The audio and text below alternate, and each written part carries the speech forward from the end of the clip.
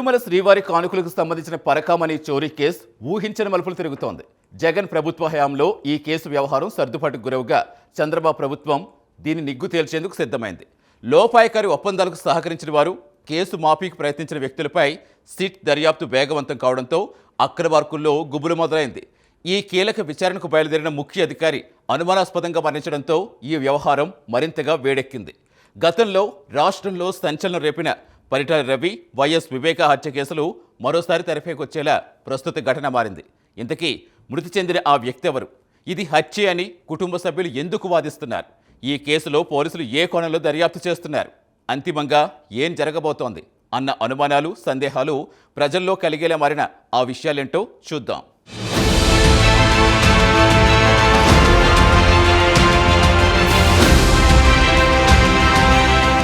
తిరుమల పరకామణి చోరీ కేసు దర్యాప్తునకు తాత్కాలికంగా బ్రేక్ పడింది. ఈ కేసులో కీలక ఫిర్యాదుదారుడు Guntakal railway division GRP CI Satish Kumar మృతి చెందడమే ఇందుకు కారణం. అయితే ఆయన మృతి చెందిన తీరు మాత్రం తీవ్ర అనుమానాలకు తావిస్తోంది. నవంబర్ 14న తాడిపత్రి మండలం కోమలి గ్రామ సమీపంలో రైల్వే ట్రాక్ వద్ద ఆయన మృతదేహం లభ్యమైంది. పరకామణి కేసులో విచారణ కోసం రాయలసీమ ఎక్స్ప్రెస్లో తిరుపతికి బయలుదేరి వెళుతుండగా ఈ దుర్ఘటన జరిగింది. అర్ధరాత్రి దాటిన తర్వాత రైలు నుంచి కింద పడిపోయినట్లు పోలీసులు భావిస్తున్నారు. డాగ్ స్క్వాడ్, క్లూస్ టీంలు రంగంలోకి దిగి ఆధారాలు సేకరించాయి.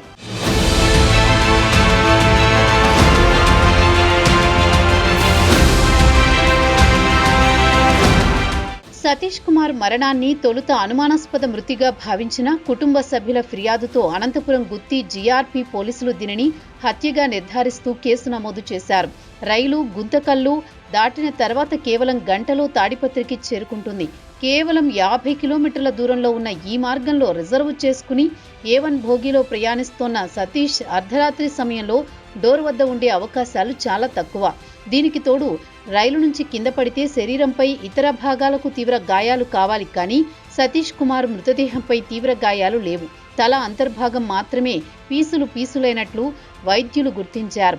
ఈ గాయాల తీరు హత్యగా మారడానికి ప్రధాన కారణంగా నిలిచింది. 100 కోట్ల పరకామణి స్కామ్లో కీలకంగా ఉన్న వ్యక్తి అనూహ్యంగా మృతి చెందడంతో పోలీస్ శాఖ లోతైన దర్యాప్తుకు సిద్ధమైంది.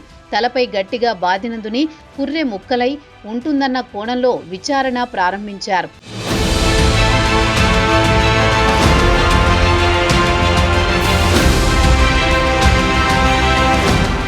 2008లో పోలీస్ శాఖలో చేరిన సతీష్ ఎస్ఐగా మారిన తర్వాత 9 ఏళ్ల పాటు టీటీడీలో ఏవీఎస్ఓగా విధులు నిర్వహించారు. ఆ సమయంలోనే పరకామణి చోరీ ఘటన జరగడం, దానిపై రవికుమార్పై ఫిర్యాదు చేసి లోక్ అదాలత్లో కేసును రాజీ చేసుకున్నది సతీషే. 100 కోట్ల పరకామణి స్కామ్లో ఆయన కీలక వ్యక్తి.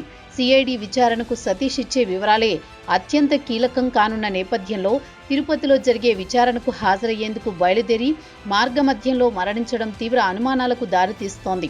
పరకామణి చోరీ వంటి తీవ్రమైన ఘటనను లోక్ అదాలత్లో పరిష్కారం చేసుకునే కేసు కాదు. టీటీడీ విజిలెన్స్ అండ్ సెక్యూరిటీ విభాగంలో సిఐ స్థాయి అధికారిగా ఉన్న సతీష్ ఉన్నతాధికారుల అనుమతి లేకుండా కోర్టులో రాజీ చేసుకునే సాహసం చేసే అవకాశమే లేదు.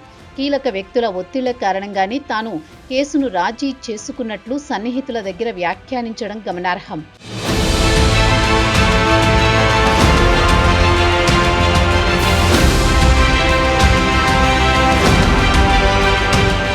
నవంబర్ 10న సిట్ విచారించిన అనంతరం మరోసారి సిఐడి విచారణకు బయలుదేరిన సతీష్ ఆత్మహత్యకు పాల్పడాల్సిన అవసరం లేదని కుటుంబ సభ్యులు చెబుతున్నారు. వైసీపీ అధికారంలో ఉన్న 5 ఏళ్ల పాటు వైవి సుబ్బారెడ్డి, భూమన కరుణాకర్ రెడ్డిలు టీటీడీ చైర్మన్లుగా వ్యవహరించారు. ఈ చోరీ ఘటన బయటపడింది, సర్దుబాటు చేసుకున్నది కూడా వారి హయాంలోనే. టీటీడీ ప్రత్యేక వ్యవస్థ కావడంతో ఈ కేసుతో ముడిపడిన వ్యక్తులంతా రాజకీయంగా, ఆర్థికంగా బలమైన వారు.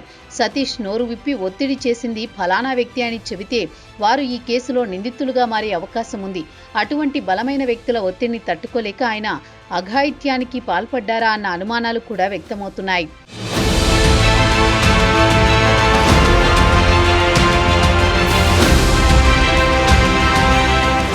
గతంలో సంచలనం సృష్టించిన కేసులలో కీలక సాక్షులు, నిందితులు అనుమానాస్పద రీతిలో మరణించిన ఘటనలతో ప్రస్తుత పరకామణి ఇష్యూ పోలికలు కలిగి ఉండడం ప్రజల్లో ప్రశ్నలు లేవనెత్తుతోంది. 2 దశాబ్దాల క్రితం పరిటాల రవి హత్య కేసులోనూ, ఈ ఎన్నికల ముందు జరిగిన వివేకానందరెడ్డి హత్య కేసులోనూ కీలక సాక్షులు, నిందితులు వరుసగా అనుమానాస్పదంగా మరణించారు. పరిటాల రవి హత్య కేసులో నిందితులు మొద్దు సీను జైల్లో హత్య, మద్దెల చెరువు సూర్య అనుచరుడి కాల్పుల్లో మృతి, గ్యాంగ్స్టర్ అజీజ్ రెడ్డి ఎన్కౌంటర్, సాక్షులు మల్లికార్జున, డాక్టర్ సాంబశివరావు రైల్లోంచి దూకి ఆత్మహత్య లేదా మరణం వంటి ఘటనలు జరిగాయి.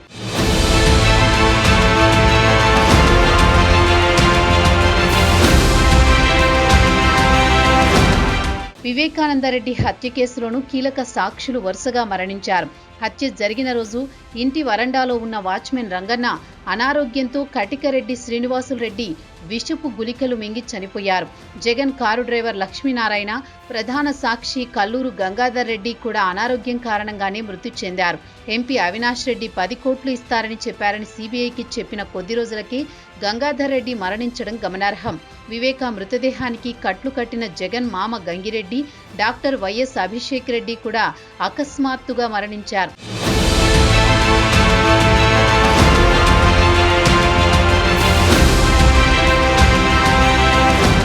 పరిటాల రవి, వైఎస్ వివేక మర్డర్ 2 కేసుల్లోనూ కీలక సాక్షులు అనుమానాస్పద రీతిలో మరణించడం, తాజాగా పరకామణి కేసులో సీఐ సతీష్ కుమార్ మరణం రాజకీయంగా, ఆర్థికంగా బలం ఉన్న వ్యక్తులపై ఎలాంటి ప్రభావం చూపుతుందనేది చూడాలి. వైఎస్ జగన్ తన 5 ఏళ్లు అధికారంలో సొంత బాబాయ్ హత్య కేసులో నిందితులు, అనుమానితుడైన ఎంపీ అవినాష్ రెడ్డిపై చర్యలు తీసుకోవడంలో చూపిన జాప్యం వంటి సంఘటనలు పరిశీలిస్తే తప్పు ఎవరు చేశారు, ప్రతిఫలంతో ఏం సాధించారు అన్న ప్రశ్న తలెత్తుతుంది. ఇప్పుడు పరకామణి కేసు విచారణ కోసం బయలుదేరిన సీఐ సతీష్ మృతి అనేక అనుమానాలకు తావిచ్చేలా మారింది.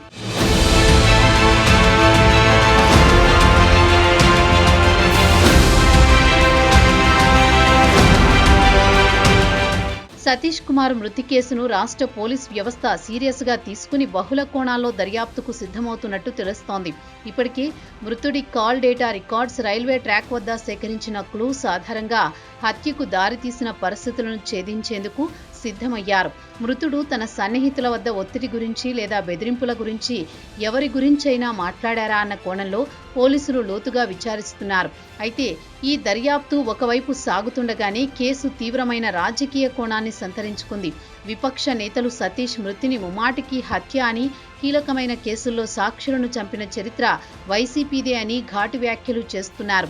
అంతేకాక టీటీడీ మాజీ చైర్మన్లు కరుణాకర్ రెడ్డి, వైవి సుబ్బారెడ్డి వెనుక ఉన్న దొంగల ముఠా ఈ హత్యకు పాల్పడిందంటూ ప్రత్యక్షంగా ఆరోపణలు గుప్పించడం ఈ కేసు తీవ్రతను, రాజకీయ సున్నితత్వాన్ని పెంచుతోంది. ఈ పరిణామాల మధ్య టీటీడీ బోర్డు సభ్యులు సైతం సతీష్ మృతిపై అన్ని కోణాల్లో దర్యాప్తు చేయాలని డిమాండ్ చేయడం గమనార్హం. అన్నింటికంటే ముఖ్యంగా పరకామణి కేసులో నిందితుడిగా ఉన్న రవికుమార్కు పోలీసు భద్రత కల్పించాలని టీటీడీ పాలక మండలి ప్రత్యేకంగా విజ్ఞప్తి చేయడం అనేది తదుపరి లక్ష్యం రవి కావచ్చు, లేదా అతని బెదిరింపులకు గురై కేసు పక్కదారి పట్టించవచ్చు అనే అనుమానాలను బలపరుస్తోంది.